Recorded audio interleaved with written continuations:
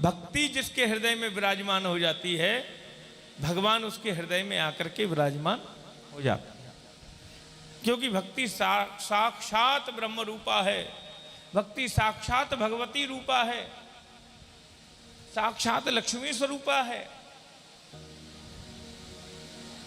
उन्होंने कहा कि कैसे भैया? तो कहा भगवान कैसे आकर के विराजमान होंगे, कहां से आएंगे? तो बोले प्रविष्टा कर्णरंध्रेण स्वानां भाव सरोरुहम धुनोति शमलम कृष्णः सलिलस्य यथा शरद। जब आप सुनने बैठते हैं ना, कथा सुनने बैठते हैं, तो कान के रास्ते श्री कृष्ण आपके अंदर भीतर प्रवेश कर जाते हैं। प्रविष्टा कर्णरंध्रेण, नहीं, प्रवेश कर गए। कहां से प्रवेश कर गए? तो बोले कर्णरंध्रेण, कान के रास्ते से, नहीं, कान के छिद्र से, और अंदर गए। और वहां अगर सफाई नहीं हुई तो क्या करेंगे? देखिए, जब आपके घर में मेहमान आते हैं और आपके लिए पुनः पूर्व सूचना मिल जाए कि फलाना व्यक्ति आ रहा है, तो आप अपने घर की सफाई कराते हैं, जल्दी जल्दी से साफ करो भाई, ये आने वाले हैं। तुम्हारे हृदय में भगवान का प्रवेश कैसे हो? क्योंकि हृदय तो साफ सुथरा नहीं है। उसमें तो काम, क्रोध, मद, लोभ, मोह, मद, मात्सर्यता सब प्रविष्ट है। वहां भगवान कैसे बैठेंगे? संसार में जो जिएगा उसके भीतर ये रहेंगे ही रहेंगे। एक किसी ने भजन गाया, सुनाया ना, मुझे एक पंक्ति ही याद है उसकी, और बड़ा सुंदर भजन है, समझ लीजिए कि तुमने आंगन नहीं बुहारा, कि तुमने आंगन क्या है? हृदय।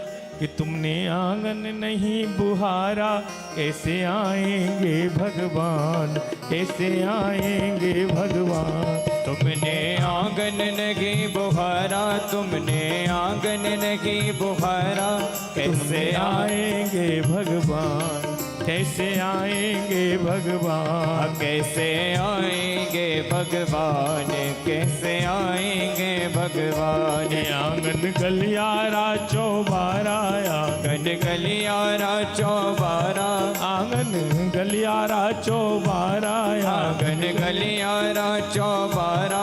कैसे आएंगे भगवान, कैसे आएंगे भगवान, कैसे आएंगे भगवान, कैसे आएंगे भगवान। तुमने आंगन नहीं बुहारा, तुमने आंगन नहीं बुहारा, तुमने आंगन नहीं बुहारा, तुमने आंगन नहीं बुहारा। कैसे आएंगे भगवान, कैसे आएंगे भगवान, कैसे आएंगे भगवान, कैसे आएंगे भगवान।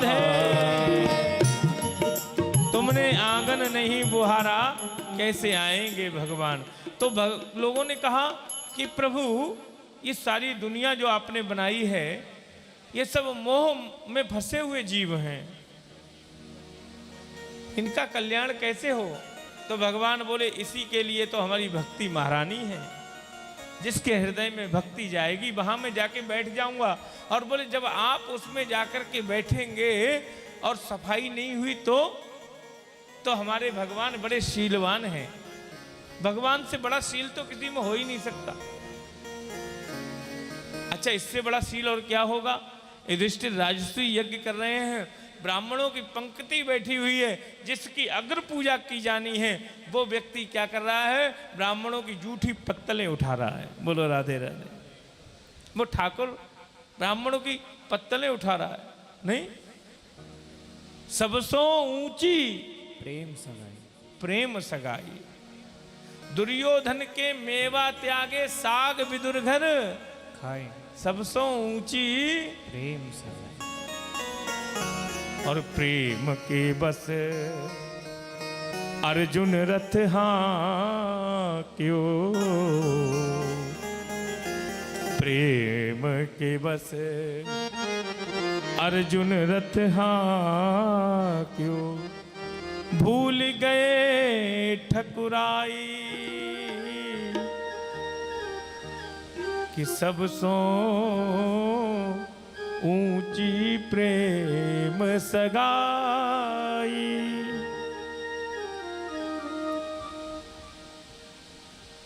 मेरे ठाकुर बड़े शीलवान हैं, बड़े शीलवान, उनसे अधिक शीलवान कोई हो ही नहीं सकता। अरे अरे भगवान तो जैसा शील किसी के पास है ही नहीं। उन्होंने देखा कि अब अगर हम भक्त के हृदय में प्रवेश कर गए हैं और भक्त के उस घर में गंदगी पड़ी हुई है, साफ सफाई नहीं है, तो ठाकुर जी स्वयं साफ करके बैठ जाते हैं उस हृदय को। भगवान के साफ कैसे करते हैं? भगवान के साफ करने की पद्धति दूसरी है। आप लोग पानी डाल के साफ करते हैं, लेकिन अगर हृदय में पानी डाल देंगे तो और कीचड़ हो जाएगा। ना ना, भगवान का हृदय भगवान दूसरे तरह से साफ करते। कैसे? बोले धुनोति समलम कृष्ण, श्री कृष्ण स्वयं उस मल को साफ करते हैं। तो कहा यदि पानी डालेंगे तो कीचड़ हो जाएगा। उनके साफ करने की शैली दूसरी है। उन्हें कैसे? बोले सलिलस्य यथा शरत, जैसे वर्षा ऋतु के बाद जब शरद ऋतु आती है तो नदियां साफ करानी नहीं पड़ती, नदियों का जल स्वयं साफ हो जाया करता है। ऐसे ही हृदय में जैसे ही ठाकुर जी का प्रवेश होता है वैसे ही हृदय अपने आप पवित्र हो जाता है, साफ हो जाता है। बोलो राधे राधे। लेकिन इन ठाकुर जी का प्रवेश तब होगा जब आप उनकी कथाओं से जुड़ेंगे, जब आप उनकी कथा सुनेंगे, जब आपके हृदय में प्रेम की